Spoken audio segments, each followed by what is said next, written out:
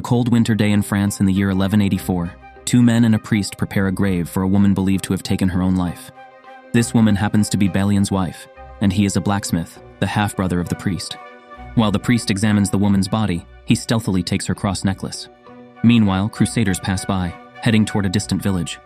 Because suicide is considered a serious offense in the Catholic faith, the corpse is beheaded and given an improper burial.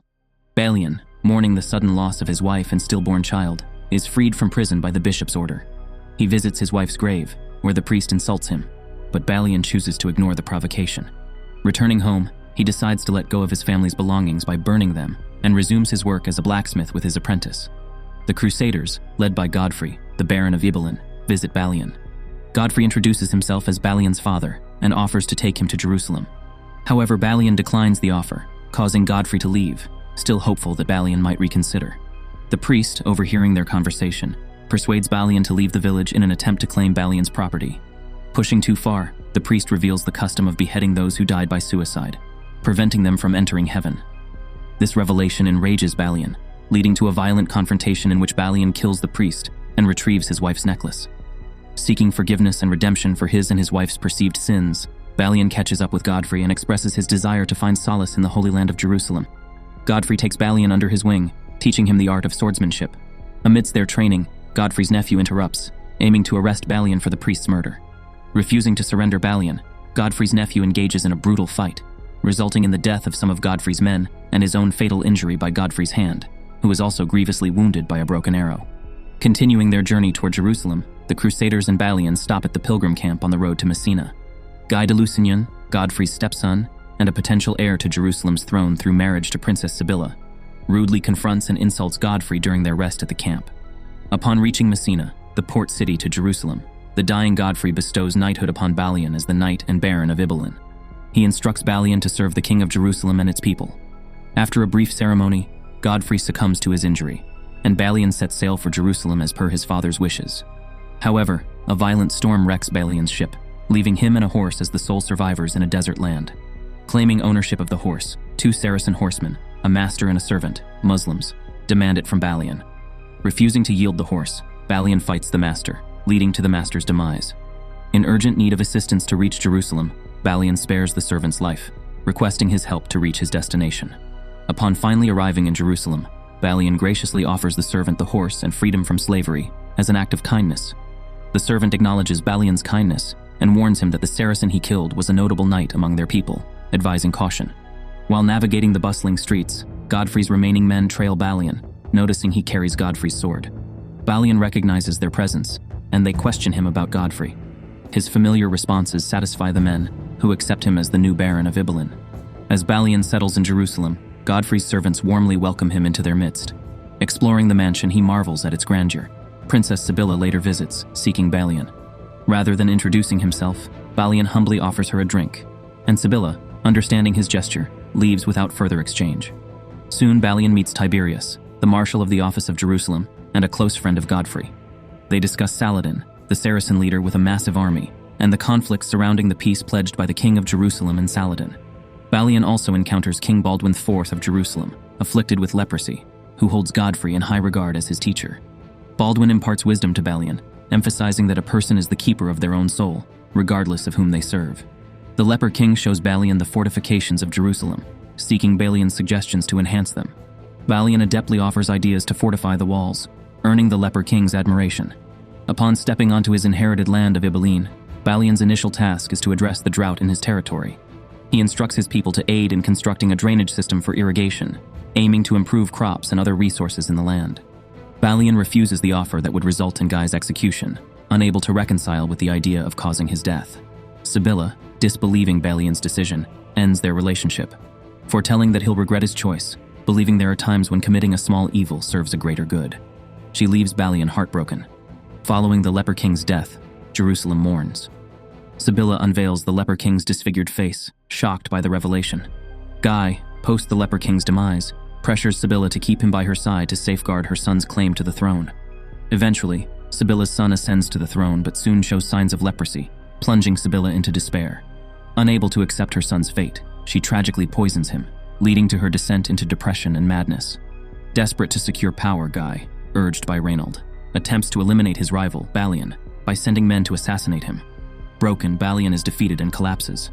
With Balian out of the way, Guy unleashes Relied to incite a bloody war against Saladin by killing Saracens and Saladin's sister. Saladin, enraged by these actions, sees the peace agreement threatened. Following Sibilla's son's passing, she is crowned the queen's successor, with Guy becoming the new king of Jerusalem, setting the stage for chaos. Saladin demands retribution for his sister's death and the surrender of Jerusalem. In a display of arrogance, Guy decapitates Saladin's emissary, igniting the flames of war. As the Jerusalem cavalry gathers for battle, Balian unexpectedly appears before the war council, urging them to halt their departure from the city. Despite Balian's plea, Guy remains resolute on war, fueled by a desire for glory and victory. Tiberius supports Balian and withdraws his knights from the assembly, further inciting Guy's eagerness for battle. Consequently, Tiberius's men and Balian are left behind to defend the city, while Guy's cavalry marches toward Saladin's camp. Guy's men suffer from severe thirst and exhaustion in the blistering desert heat. Saladin seizes the opportunity, mercilessly slaying all of Guy's armed men. He decapitates their heads, including Relied's, sparing only Guy as Saladin deems him unworthy of being killed by a king. Witnessing the aftermath, Tiberius, feeling hopeless, decides to leave Jerusalem for Cyprus. Contrarily, Balian remains steadfast in his determination to protect the people of Jerusalem and returns to the city. He devises a defense strategy, hoping to stall the Saracens long enough for potential negotiations. Despite being outnumbered and lacking knights, Balian faces criticism from the Patriarch, who suggests fleeing rather than confronting Saladin. With unwavering resolve, Balian disregards the Patriarch's advice. He knights the men-at-arms and those capable of fighting, instilling in them the spirit of knighthood. Balian foresees a prolonged conflict and prepares to endure.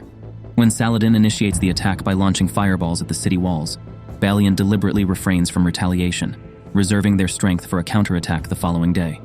As the days pass, Balian's strategic assaults against Saladin's cavalry gain momentum, gradually tipping the scales in favor of Balian's forces. Each executed plan gives them an advantage, resulting in a higher count of Saracens slain compared to Christians. Recognizing Balian's unwavering determination, Saladin finally seeks terms, offering safe passage for the people of Jerusalem to Christian lands, contingent upon Balian surrendering the city to him. Accepting Saladin's proposal, Balian and Saladin retreat to their respective sides. During their departure, Balian poses a question to Saladin. "What is Jerusalem's worth?" Saladin responds, stating that Jerusalem holds the value of both nothing as a mere city and everything to the people bound by faith and devotion to God. Returning to the city, Balian announces the surrender of Jerusalem to his people, ensuring their safe transport to other Christian territories. The populace celebrates Balian's successful defense of the city.